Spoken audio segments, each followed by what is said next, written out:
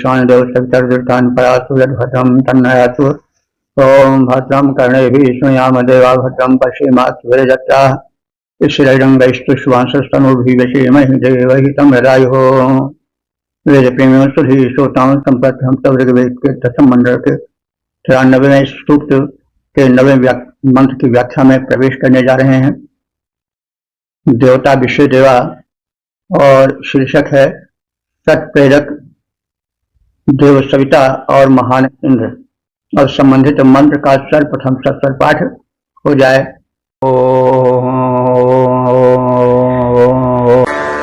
कृतेनो अक्षयो देव सवितः सजस्तुषे मघोनाम् सहो न इन्द्रो बन्धवर्ण्येषाञ्जर्षणीनाम् चक्रम् रश्मिन्नयोजुवे।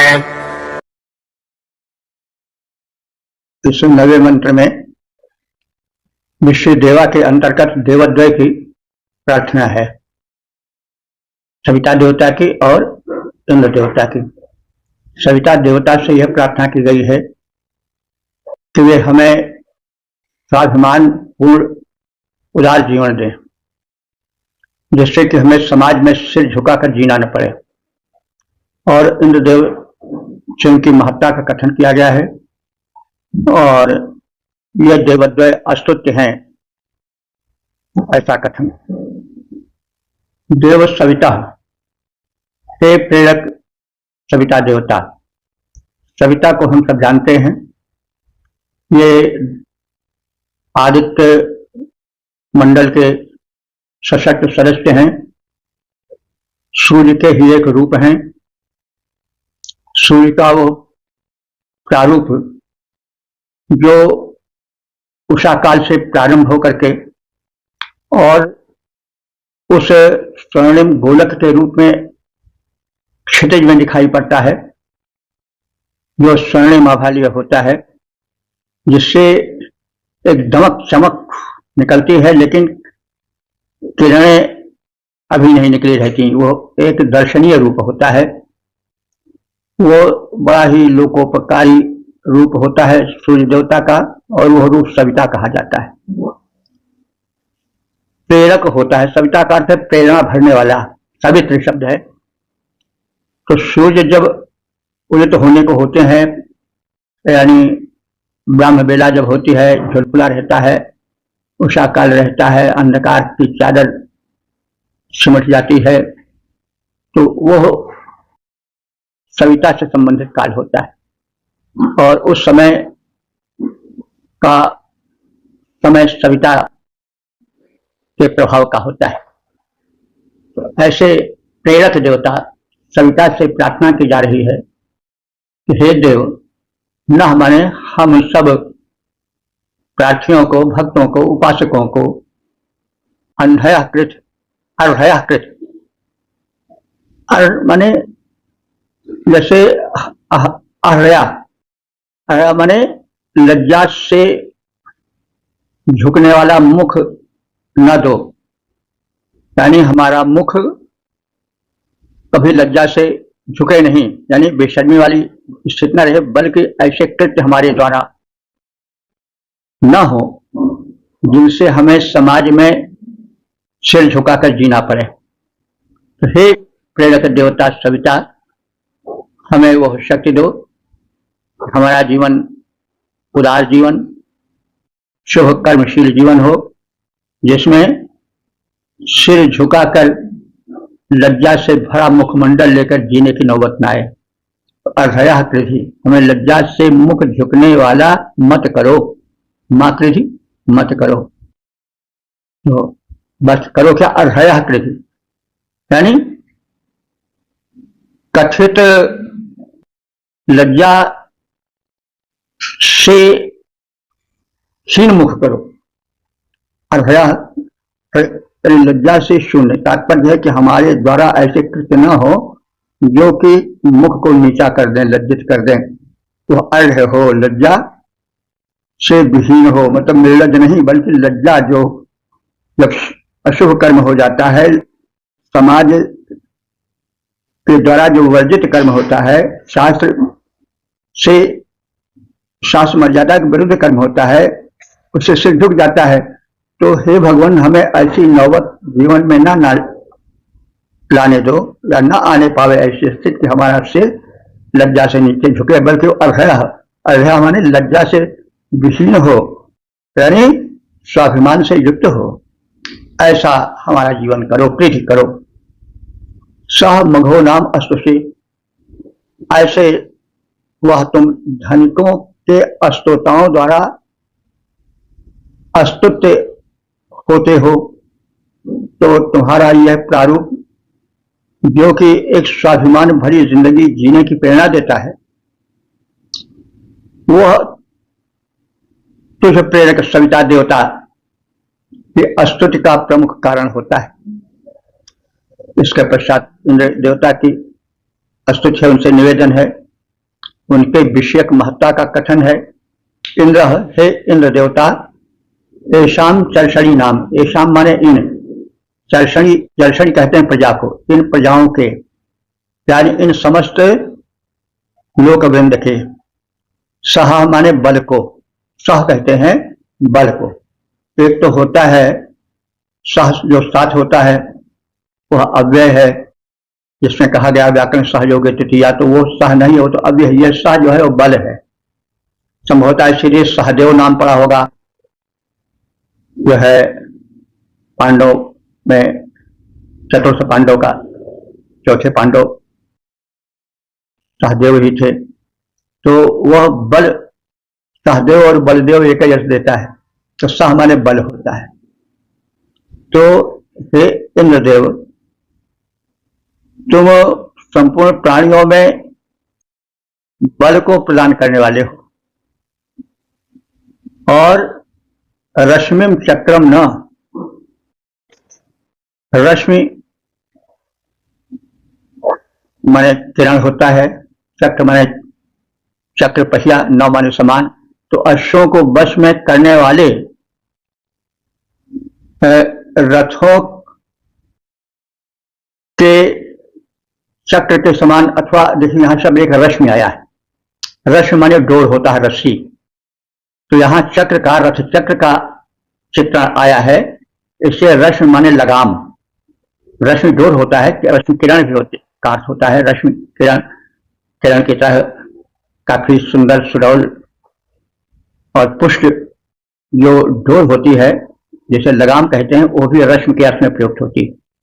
तो जैसे रथ चक्र को नियंत्रित करने वाले अश्व के नियंत्रिका रश्मि होती है, लगाम होती है, और तुम उस लगाम के समान हो, और समय चक्र का तुम संचालन करने वाले हो। तुम नियो युगे, तुम काल के नियंत्रक हो। तो हे प्रेरक सविता देव, ऐसी कुछ प्रेरणा भरो कि हमें दुष्कर्मों के कारण, निंदित कर्मों के घटित होने के कारण कभी लज्जा से सिर झुकाना न पड़े, हम स्वाभिमान भरी जिंदगी जिए। हे इंद्र, तुम संपूर्ण प्राणियों के बल को नियंत्रित करने वाले हो। कैसे? जैसे रथ को और उसके अश्व को लगाम से नियंत्रित किया जाता है, वैसे तुम संपूर्ण विश्व चक्र को, संसार चक्र को तुम नियंत्रित करते हो रथ चक्र की तरह। अर्थात जैसे मतलब अश्व को नियंत्रित करना, रथ चक्र को नियंत्रित करना हुआ, जैसे अश्वों के नियंत्रण के माध्यम से रथ चक्र को नियंत्रित किया जाता है, यानी आगे पहिया नहीं बढ़ पाता है, रथ नहीं बढ़ पाता है, वैसे ही तुम संसार को अपनी इच्छा से नियंत्रित करते हो।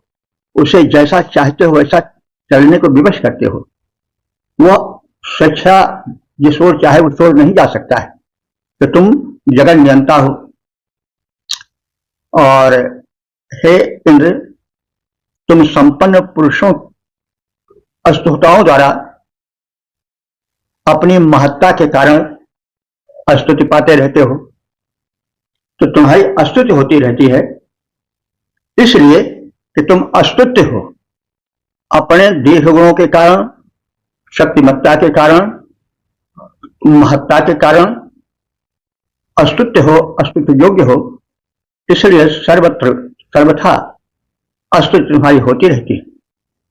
तो हे सविता देवता प्रेरणा ऐसी कुछ भर जाना, हे सविता देवता प्रेरणा ऐसी कुछ भर जाना, कभी कभी कुकर्मों के कारण सिर हमें न पड़े झुकाना।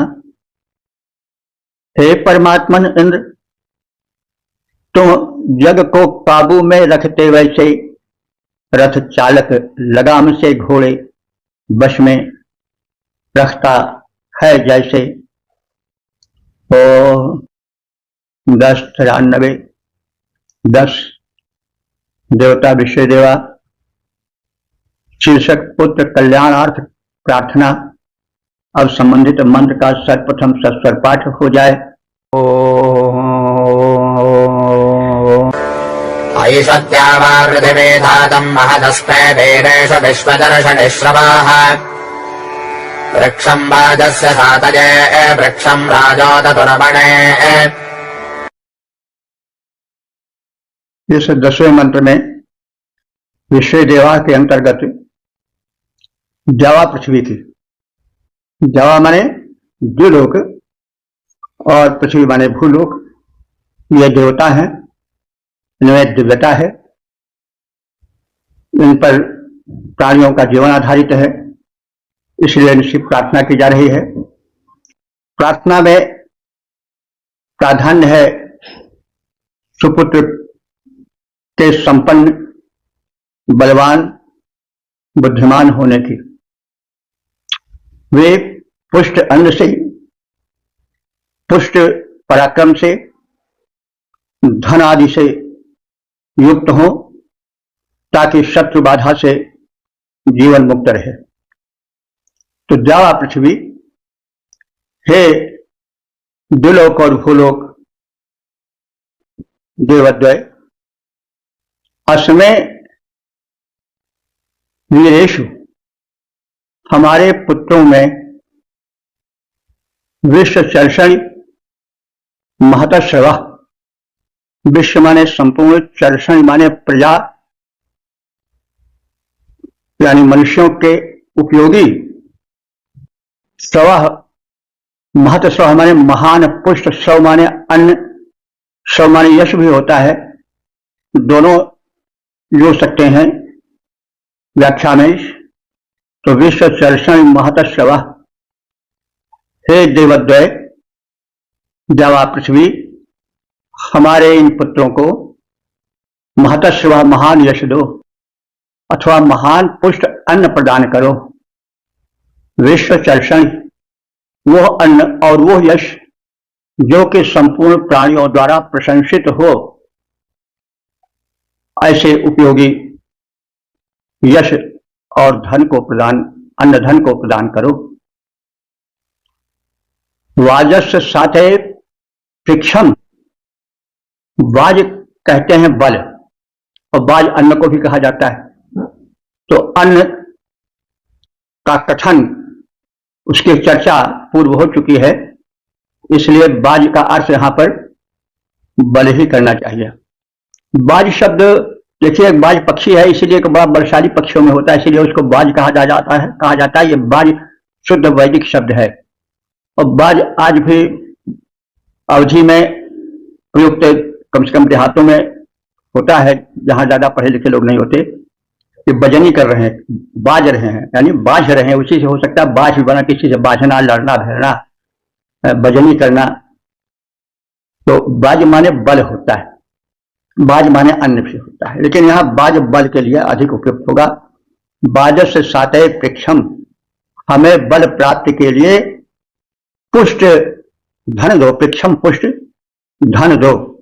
कुट और तुर्वणे राया पृक्षम, तुर्वणे माने शत्रुनाश के लिए, तुर्वणे, तुर्वण शत्रु कहते हैं, तुर्वणे शत्रुनाश के लिए, राया पृक्षम हमें पुष्ट स्थिर धन प्रदान करो, क्योंकि बिना धन के शत्रु से पराक्रम नहीं दिखाया जा सकता, उसका सामना नहीं किया जा सकता, चाहे मुकदमेबाजी हो, चाहे संग्राम हो।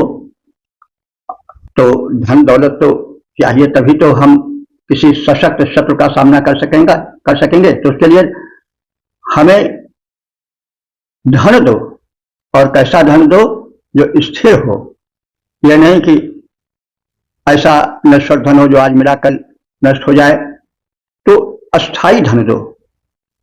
तो तुरणे राया पृक्षम शत्रु नाश के लिए हमें स्थिर पुष्ट पर्याप्त धन प्रदान करो। तो हे जावा पृथ्वी देवद्वय, तुम हमारे इन वीर पुत्रों को जीवनोपयोगी महान यश दो, इन्हें यशस्वी बनाओ, शुभ कर्म करने वाला बनाओ। शक्ति उपार्जन हेतु इन्हें पुष्ट अन्न प्रदान करो, तथा शत्रु संहार हेतु, उनका सामना करने हेतु, कष्टों से परित्राण हेतु पुष्ट अस्थाई धन प्रदान करो। तो हे द्यावा पृथ्वी, तुम दोनों हम पर कृपा करो। हे द्यावा पृथ्वी, तुम दोनों हम पर कृपा करो। मेरे वीर सुतों के जीवन में यश भूरि भरो। शक्ति उपार्जन हेतु पुष्ट आहार प्रदान करो। शत्रु नाश संकट विनाश हित घर में द्रव्य भरो। ओ 10-93-11 देवता विषय देवा शीर्षक रक्षार्थ प्रार्थना। अब संबंधित मंत्र का सर्वप्रथम सत्स्वर पाठ हो जाए। एतं शंसमिन्द्रास्मयुष्पङ्गो जित्सन्दम् सहसा वह्नभिष्टजे सदा वाक्यभिष्टजे मेदताम् वेदतापसा। इस 11वें मंत्र में विषय देवा के अंतर्गत इंद्रदेव की प्रार्थना है कि वे हम सब आराधकों की रक्षा करें। हम जहां कहीं भी रहें वहां हमारे रक्षण हेतु उनकी दृष्टि तत्पर रहे, शक्ति तत्पर रहे, और हम उनके स्तुतिकर्ता भक्त सदैव उनसे संरक्षण पाते रहें। वसो, वसो माने वासदाता, निवासदाता यानी आश्रयदाता। हे सर्वत्र बसने वाले सर्वव्यापक इंद्र देवता वसो, हे धनदाता, हे आश्रयदाता, हे सर्वव्यापक इंद्र देवता। सहसावन इंद्र, हे सहसा, सह माने बल होता है और सहसावन माने बलवान। हे परम बलवान इंद्र देवता, अस्मयु, तुम हमें चाहो। अस्मयु, हम सब को चाहो, हम सबसे प्रेम रखो, हम सब पर कृपा करो, और कृपा करते हुए हमें चाहते हुए क्वचित संतम, तुम कहीं भी रहो अथवा हम कहीं भी रहें, तुम्हारी कृपा दृष्टि हम पर बनी रहे, हम तुम्हारी कृपा दृष्टि से दूर न रहें। एवं शंसम, इस प्रकार से अपने शंस, देखिए शंस माने होता है स्तुति या प्रार्थना। जैसे अब शंस जरा कम प्रयोग होता है नहीं, लेकिन अगर प्रशंसा कह दिया जाए तो बड़ी जल्दी समझ में चीज आ जाती है। तो शंस में प्राउत्सर लगा है तो इसलिए प्रशंस या प्रशंसा बन जाता है। एवं शंसम, इस प्रकार से प्रशंसित हे इंद्र, तुम उन स्तुतिकर्ताओं की अभीष्ट माने अभीष्ट प्राप्ति के लिए सदा सदैव उनकी रक्षा में तत्पर रहो। मेदताम वेदताम, मेदताम माने मुझ स्तुत करने वाले को, वेदताम माने जानो, पहचानो, उसके कष्ट को समझो, उसके अभीष्ट पर ध्यान दो। हे आश्रयदाता सर्वव्यापक बलवान इंद्र, हम पर कृपा दृष्टि दौड़ाओ। हम जहां कहीं भी रहें, तुम जहां कहीं भी रहो, हमारे कल्याण से दूर तुम्हारी दृष्टि न रहे। तुम हम भक्तों के अभीष्ट की पूर्ति करते रहो, हम सबकी रक्षा में सदैव तत्पर रहो, और हम सब तुम्हारे भक्त हैं, अनुयायी हैं, उपासक हैं। इस रूप में हम सबको पहचानो, भूलो नहीं। हे आश्रयदाता स्वामी तुम हो, व्यापक बलवान, हे आश्रयदाता स्वामी इंद्र, तुम हो व्यापक बलवान, जहां कहीं भी हो निज करुणा हमको करो प्रदान। करो अभीष्ट प्रदान, भक्त को करो सदा ही त्राण। करो अभीष्ट प्रदान, भक्त का करो सदा ही त्राण। अपने जन को दूर न रखो, अपने जन को दूर न रखो, पहचानो भगवान। ओम 1093 12 देवता विश्वदेवा शीर्षक स्तोत्रों की प्रशंसा। अब संबंधित मंत्र का सर्वप्रथम सत्कर पाठ हो जाए। एतम् वयस्तामन्तनानसौर्येद्युदद्यामानम् वावृधन्तनृणाम् सम्मननन्नाश्यम् दष्टे बाणवच्युतम्। इस 12वें मंत्र में भाव भरे स्तोत्रों यानी प्रार्थना मंत्रों या प्रार्थनाओं की व्यापकता, प्रभविष्णुता, महत्ता और उनमें छिपी भक्ति भाव की गहनता का कथन है कि जिस प्रकार से सूर्य की तेजस्वी किरणें चारों ओर फैलकर प्रकाश और ऊर्जा फैलाती हैं, वैसे ही हमारे स्तोत्र हैं। और यह जन मंडल में भक्त समुदाय में तेज भरें, प्रकाश भरें, उनकी श्रीवृद्धि करें। और हम स्तोताओं ने अथवा मंत्र दृष्टा ऋषि ने इन स्तोत्रों की, प्रार्थना मंत्रों की वैसे ही तल्लीनता से रचना की है कि जैसे कोई शिल्पी कारीगर बड़े उत्तम रथ को बड़े मनोयोग से रचे बनावे। यानी यह हमारे स्तोत्र स्तुति विषयक मंत्र बड़े ही ओजस्वी हैं और मनोयोग पूर्वक बनाए गए हैं, यह कथन है इसमें। तो सूर्य द्युतत यामानम तनान, जैसे सूर्य की तेजस्वी किरणें चारों ओर फैल जाती हैं और दीप्त फैलाती हैं, वैसे ही हमारे स्तोत्रों को जानो। नराम संजननम न, यह शत्रु मनुष्यों का नाश करने वाले हैं। नराम माने मनुष्यों का, जो मनुष्य हमारे विरोधी हैं, हमें सतपथ पर गमन करने से हमारी समुन्नति में बाधक हैं, उन सबका ये समूल नाश करने वाले हैं। ये हमारे स्तोत्र में एतम स्तोत्रम में माने मेरे, एतम माने ये, स्तोम माने स्तोत्र प्रार्थना मंत्र। वृद्धंत, वृद्ध को प्राप्त हो, यानी इनकी शक्तिमत्ता में नित्य ही वृद्धि होती रहे। अनपच्युतम, ये कभी च्युत न हो, टूटे नहीं, बिखरे नहीं, इनकी शक्तिमत्ता में अल्पत्व न आने पावे, ये एक रूप से सदैव शक्ति संपन्न बने रहें। अशव्यम, और इन स्तोत्रों की, स्तुति मंत्रों की मैंने वैसे ही बड़ी सुरुचि पूर्वक रचना की है अथवा गायन किया है, प्रस्तुतिकरण किया है, जैसे कि अशव्यम, अशव्य कहते हैं अश्वों से चलने वाले रथ को। अशव्यम, अश्व से चलने वाले रथ को, जैसे तष्टा, तष्टा कहते हैं कारीगर को, जैसे शिल्पी कारीगर मनोयोग पूर्वक बनाता है, उसे द्रष्टव्य करता है, देखने योग्य प्रशंसित प्रारूप देता है, वैसे ही हमने इन स्तुति मंत्रों को प्रस्तुत किया है गायन माध्यम से, अथवा ऋषि कहे तो कह सकता है कि रचना माध्यम से। तो देखिए, ऋषि जो है वो परमात्मा के दिए हुए संदेश को शब्दों का, छंदों का चोला पहनाते हैं। तो भाव तो परमात्मा के हैं, वही मंत्र के भाव देता। मंत्र के भाव जो है ऋषि के अपने नहीं है, लेकिन जो छंदोबद्ध करके प्रस्तुतिकरण है वो ऋषि का है, उपासक का है।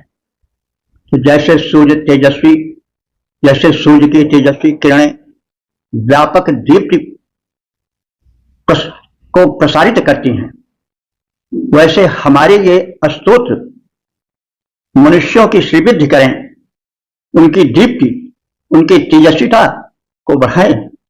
जैसे शिल्पी कारीगर द्रुतगामी अश्वों से वहन करने योग्य सुदृढ़ रथ को सुरुचि पूर्वक बनाकर तैयार कर प्रस्तुत करता है, वैसे ही हमने इन गेय स्तुति मंत्रों को बड़े ही मनोयोग पूर्वक गायन माध्यम से इनका प्रस्तुतिकरण किया है।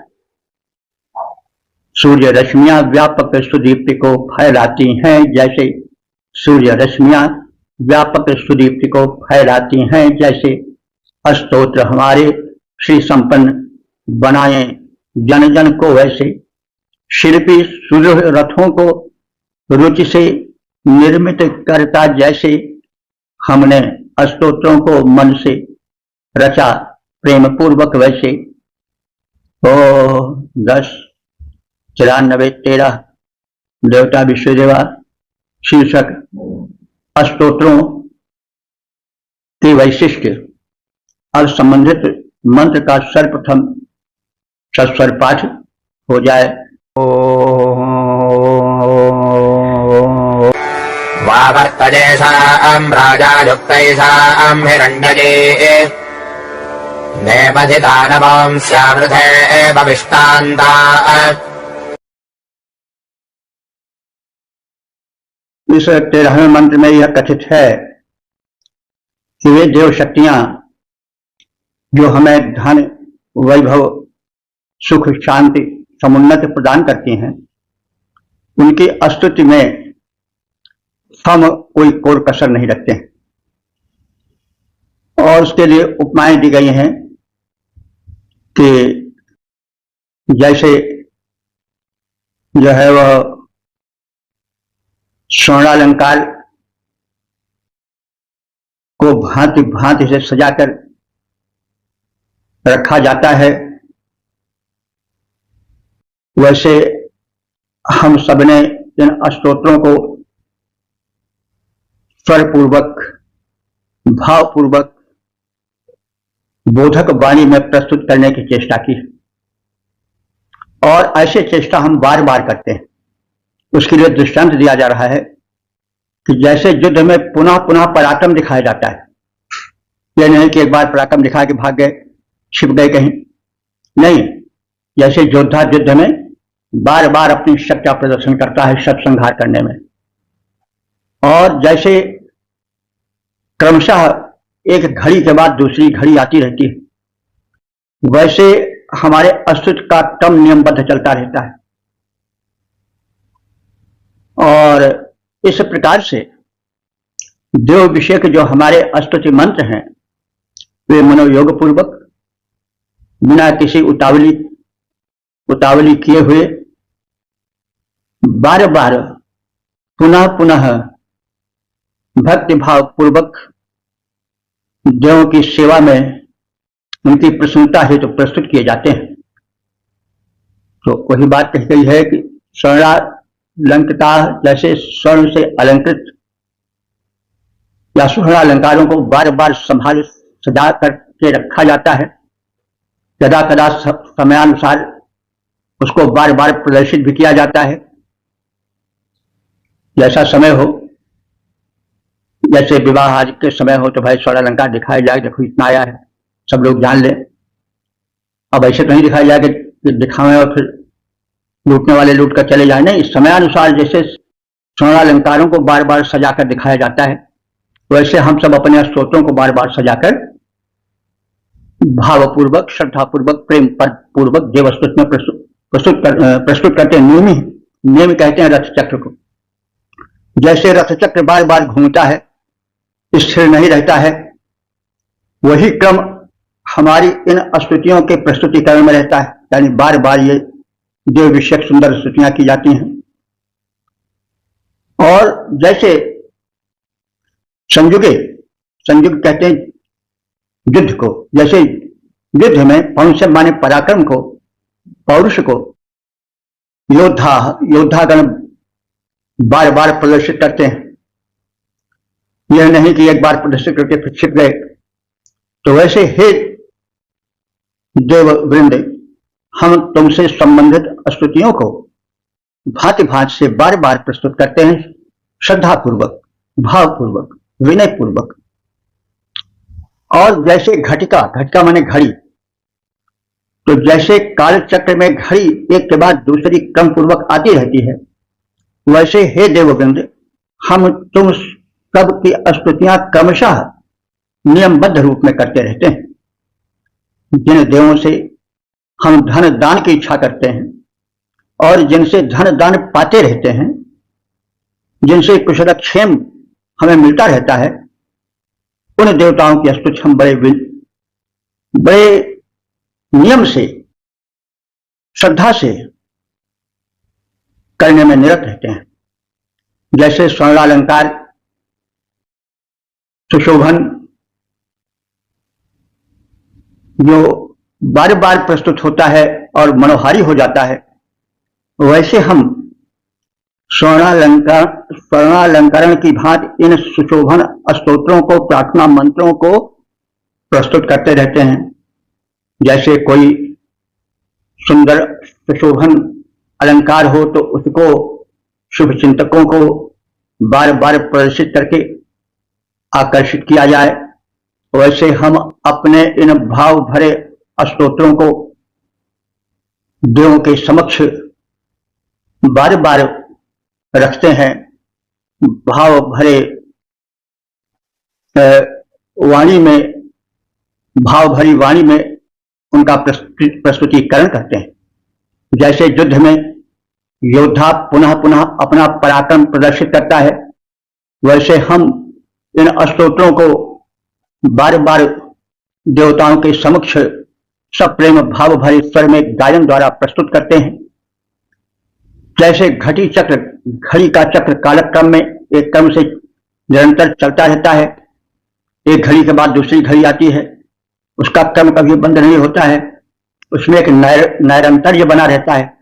वैसे हम इन स्तुतियों के प्रस्तुतिकरण में, उनका क्रमबद्ध प्रस्तुतिकरण करने में अपने को लगाए रहते हैं, भाव भरे रूप में प्रस्तुत करते रहते हैं, विलंब नहीं करते हैं, आलस्य नहीं करते हैं। और हमारी स्तुतियां स्तुत्य देवों के सेवा में कथित रूप में प्रस्तुत होती रहती हैं। जिन देवों से हम धन की इच्छा करते रहते हैं, जिन देवों से हम धन की इच्छा करते रहते हैं, उनके हेतु अलंकृत वाणी युत स्तुतियां करते रहते हैं। रण के मध्य पौरुष कोई योद्धा दिखलाता जैसे, बार बार दिखलाता रहता है, जैसे स्तोत्र हमारे देवों के प्रति बार बार पहुंचे, वैसे चलते रहते। उनके क्रम भी वैसे 10, 93, 14 देवता विश्वदेवा शीर्षक सुशोभन स्तोत्रों का प्रस्तुतिकरण। अब संबंधित मंत्र का सर्वप्रथम सस्वर पाठ हो जाए। प्रदद्दुष्ये मे पृथवाने वेने प्ररामे वाचमसुरे मघवत्स ये युक्ताय पञ्चशतास्मजपथा विश्राव्येषाम्। इस 14वें मंत्र में ऋषि ने, मंत्रदृष्टा ने, जो इस सूक्त का ऋषि है, मंत्रदृष्टा है, वह अपने स्वर को ऊंचा कर रहा है, अर्थात जो उसने इन विविध देवों के संबंधित मंत्रों को निपतों यानी राजाओं के समक्ष प्रस्तुत किया, तो उसका क्या प्रभाव रहा। स्तोत्र तो थे वे देव संबंधी, जैसे इंद्र हैं, वरुण है, अर्यमा है, सविता है, मरुदगण आदि हैं। तो स्तोत्र तो उनके हैं, स्तुति मंत्र उनके हैं, लेकिन उनका प्रस्तुतिकरण मंत्र दृष्टा कह रहा है कि हमने कुछ विशिष्ट राजाओं के समक्ष किया उनका प्रस्तुतिकरण, और नृपतिगण प्रसन्न हुए। इस बात का अगले मंत्र में कथन है। तो यहां मुख्य रूप से यह कथित है कि विशिष्ट देव जो शक्ति संपन्न है, यज्ञों में आते हैं, उनकी स्तुति में जो हमने मंत्र रचे हैं, जिनका सस्वर गायन प्रस्तुत किया है, उसको पहले कुछ नृपतियों के सामने प्रस्तुत किया है। यही भाव है, इसी की अभिव्यक्ति है। थोड़ा अभिव्यक्ति जरा वक्रता यानी कुछ काठिन्य या कुछ घुमाव लिए कही जाती है, इसलिए थोड़ा उसके स्पष्टीकरण के लिए एक भूमिका बनाया जाना आवश्यक है, ताकि समझने समझाने में किंचित कष्ट न हो, भाव सुग्राह्य होता चले। तो ऋषि का कथन है, मंत्र दृष्टा का विशेष रूप से उसका रूप उभरा है व्यक्तिगत भावना को लेकर के। ये माने जो देव, ये देवा, जो देव अस्मयु हमारे हैं, हमें चाहते हैं, हम जिनके उपासक हैं, 50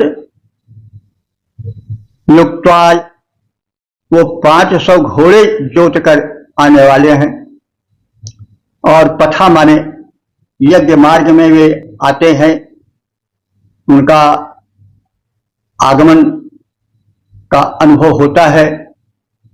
तो ऐशाम विद्या भी उनसे संबंधित जो स्तोत्र और स्तुति मंत्र हमने यानी मुझ ऋषि ने रचे हैं, जिनका प्रस्तुतिकरण हमें देवों के समक्ष करना है, उनको हमने सबसे प्रथम कुछ विशिष्ट नृपतियों के पास प्रस्तुत किया, उनके समक्ष रखा। उनके नाम है दुहशीम नामक नृपति, और पृथ्वाने माने पृथ्वान नाम के राजा, वेन नाम के राजा के समक्ष हमने उन स्तुत्य देवगणों से संबंधित स्तोत्र का गायन प्रथम कथित नृपतियों के समक्ष किया, और असुरे रामे, असुर राम के पास भी उसको प्रस्तुत किया। उनके दरबार में भी हमने वे स्तोत्र गाए या उनको लक्षित करके सुनाए। तो देखो भी यहां राम शब्द आया है, इस पर ध्यान दिया जा सकता है। राम शब्द तो हम सब जानते हैं, कोई ऐसा व्यक्ति नहीं है जो कि राम शब्द से अपरिचित हो, लेकिन यहां पर राम को असुर कहा गया है। असुरे रामे, असुर राम के सामने पेश किया। तो यहां पर असुर शब्द जो है वह राक्षस या दैत्य से नहीं जोड़ना चाहिए, बलवान से। जैसे हम कहते आए हैं बार बार कि ऋग्वेद के प्राचीन मंत्रों में देवताओं को या जो माननीय महापुरुष थे, नृपति आदि थे, उनके लिए असुर शब्द प्रयोग होता था, जो बलशाली थे वास्तव में। बाद में जब इनके विरोधी प्रतिद्वंदी जो असुर थे और दैत्य थे, ये जब चुनौती देने लगे कि तुम क्यों असुर कहते हो अपने को, तुमसे हम कमजोर थोड़ा हैं, हम भी असुर हैं, तो देवताओं ने, वे सूक्ष्म बुद्धि के थे, उन्होंने कहा भाई क्यों इसके लिए तुम झगड़ते हो, असुर तुम ही हो। तो वे असुर बन गए, अपने को बड़ा महान मानने लगे, और देवताओं की दृष्टि में वे हीन गिने जाने लगे, और जो हम लोगों की परंपरा है वो वही मानती है। असुर शब्द हम सब जो है वह दैत्यवाची ही मानते हैं। किसी भले आदमी को असुर कह दिया जाए तो बिगड़ सकता है वो। तो यहां पर राम शब्द है, असुरे रामे, बलवान राम के समक्ष भी प्रस्तुत किया। ये राजा थे, तो बलवान राजा राम के समय भी प्रस्तुत किया। अब यहाँ पर दाशरथी राम से तो कहना नहीं ठीक पड़ेगा, वैसे लोग कहना चाहें तो वेद में राम कथा के सिलसिले में कह सकते हैं कि राम शब्द का प्रयोग ऋग्वेद के 10वें मंडल के 93वें सूक्त के 14वें मंत्र में देखा जा सकता है। राम का प्रयोग है लेकिन असुर रूप में है, तो असुर को अर्थ समझाना पड़ेगा, बलवान के रूप में है। तो मंत्र दृष्टा जिस कह रहा है कि हमने कथित तमाम राजाओं के साथ ही साथ उन विशिष्ट देवों को गाकर सुनाए जाने वाले मंत्रों को, स्तोत्रों को असुर राम के समक्ष भी रखा, उन्हें भी सुनाया, तो बलवान राम के समक्ष भी प्रस्तुत किया। और ये राजा कैसे थे? मघवत बड़े ही बलशाली और धनवान थे। इनके सामने प्रवचन मैंने उच्चारित किया। तो जो देव हमें चाहते हुए 500 रथों में घोड़े जोत कर यज्ञ मार्ग में जाते हैं, उन देवों से संबंधित स्तुति युक्त स्तोत्र पाठ हमने दुक्षीम नाम के प्रतापी राजा, पृथु नाम के प्रतापी राजा, वेन नाम के प्रतापी राजा और बलवान राम आदि नृपतियों के समक्ष प्रस्तुत किया, जो कि समृद्ध हैं, धनवान हैं और नृपतियों में श्रेष्ठ हैं। तो जो देव हमें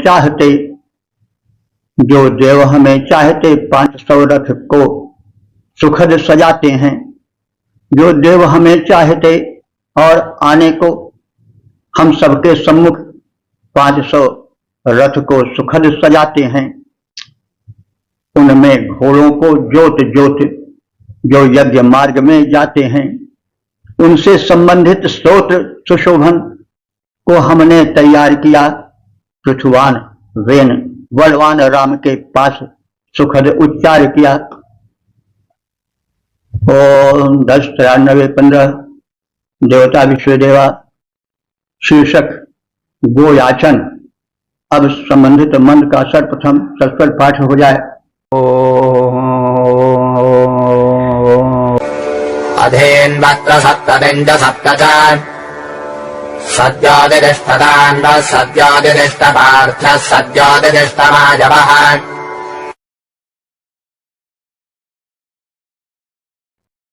इस 15वें मंत्र में, जो कि समापन का मंत्र है, इसमें भी ऋषि की वैयक्तिकता माने अपने व्यक्तिगत विचार जो कि उनसे संबंधित हैं सीधे, उनको व्यक्त किया है। पिछले मंत्र में 14वें मंत्र में कहा गया कि हमने जब उन तमाम कथित राजाओं के समक्ष जो यज्ञ में आने वाले देवता हैं उनसे संबंधित मंत्र सुनाए तो वे प्रसन्न हुए।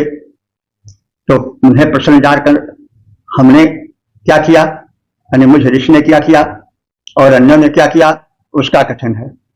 यानी उपलब्धियां हुई, गोधन मिला, यानी जो पहले नृप कहे गए हैं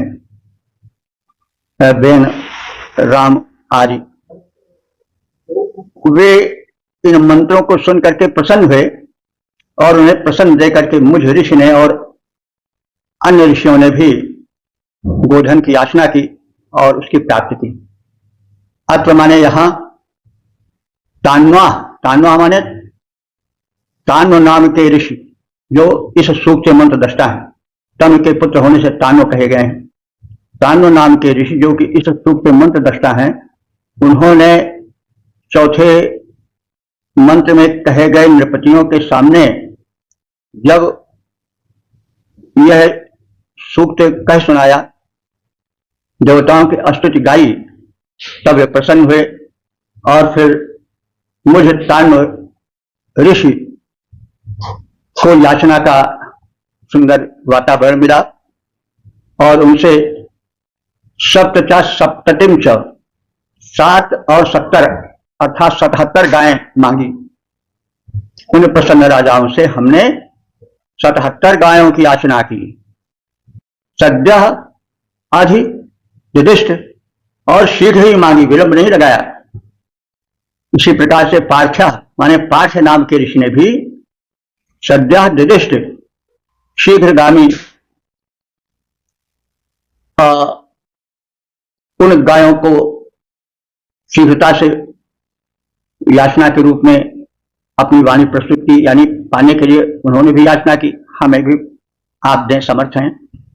मायवा, मायव माने मायव नाम के ऋषि ने भी सद्य युधिष्ठ तत्काल गोयाचना की।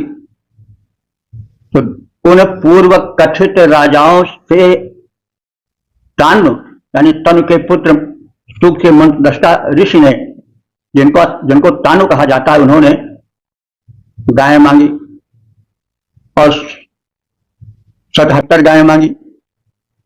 इसी प्रकार से पार्थ नाम के ऋषि ने भी गोयाचना की। मायव नाम के ऋषि ने भी कथित नृपतियों से गोयाचना की, 77 गायें मांगी और उन्हें प्राप्त किया।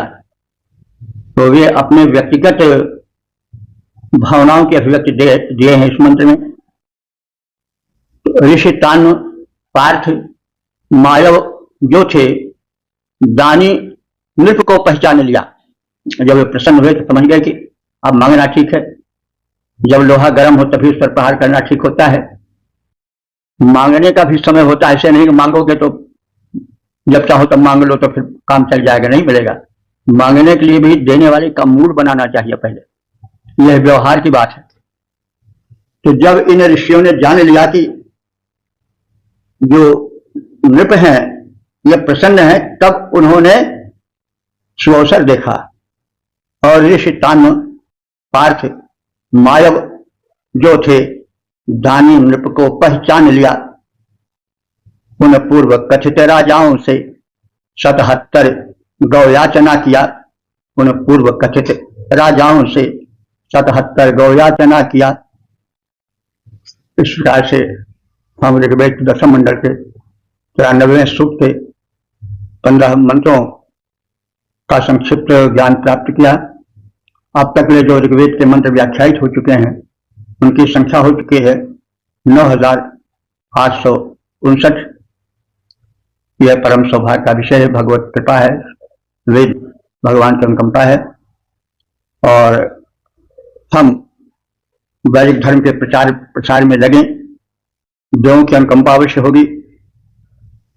जो उन देवों की प्रेरणा से